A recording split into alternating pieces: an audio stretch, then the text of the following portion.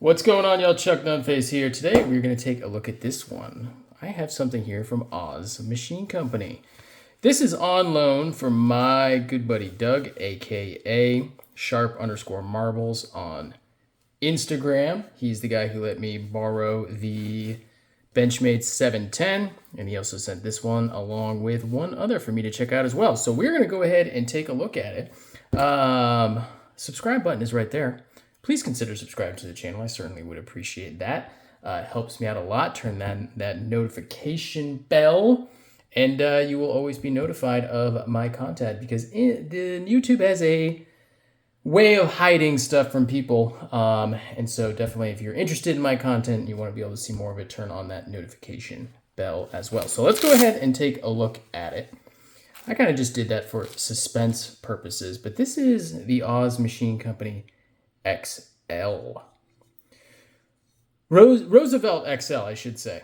So the Roosevelt's been out for a while now, and it's been very popular. It's kind of along those lines.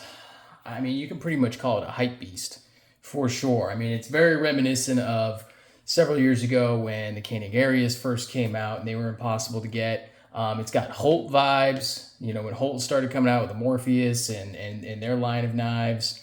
What else? I had a couple other brands. It's escaping me right at this very moment. I mean, Grimsmo, the Grimsmo Rask or the Grimsmo Norseman, when they first started coming out, they were just knives that they were unobtainium, essentially. You couldn't really get them. They were almost impossible to get. And so, you know, these are along those lines as well. The Roosevelt. Now, the original Roosevelt really didn't hold much interest for me, but the XL was one that I definitely kind of grabbed my attention when it was dropped a few months ago. I was like, ooh, now that, on the other hand, might be something I want to check out. So, in any case, let's go over some quick specs and we'll do some size comparisons as well. So we're going to get it lined up and we're going to go 1, 2, 3... 3 3/4 inch blade.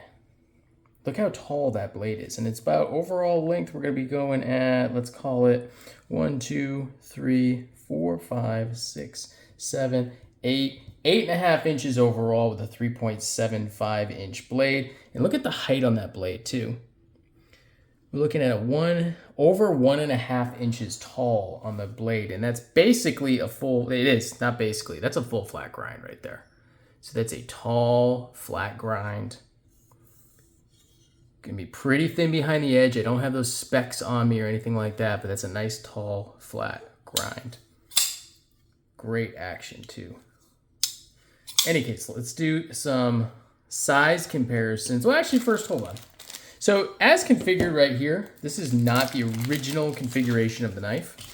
It did originally come with a stonewash backspacer, as well as a stonewash and milled clip, which, truth be told, I would prefer this stock configuration, if this were mine, over the way the owner has it configured. I do like the backspacer. I'm not a huge fan of that Mokutai Tamasi. I don't know what that is.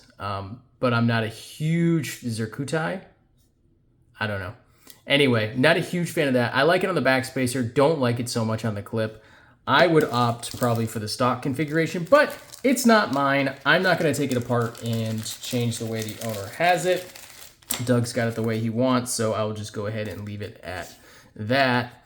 And here is the card. So this is the Roosevelt XL. Birthday of 5/1, so May 5th of this year. Magna Cut steel in 6364, good HRC for Magna Cut from everything I know, number 94.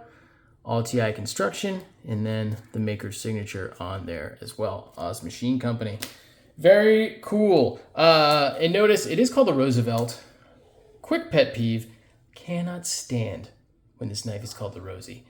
It's so dumb and it's so lazy, and I wish you people wouldn't do it, but you're going to do what you're going to do, I suppose, but just know that I think less of you for it. Every time I hear somebody call the Roosevelt Rosie, I think a lot less of you. For what it's worth. For what my opinion's worth. Not that much. But just know That's how I feel. In any case, size comparisons. Ontario Rat number 1. Spider Co. Native 5. So I think you can already kind of see pretty beefy knife. ZT 0300. What else we got? Buck 110. Getting the idea? Are we getting the idea on this knife? Strider SMF. Getting the idea on the XL Roosevelt. Endura. Warncliffe. I think I'm making my point. Pretty darn big blade, huh? Look at it compared to the Microtech Stitch Ramlock. Basically the same size, it's a little longer, but look how much more usable edge you have. You have 3.5 inches of usable edge to the Stitch Ramlocks.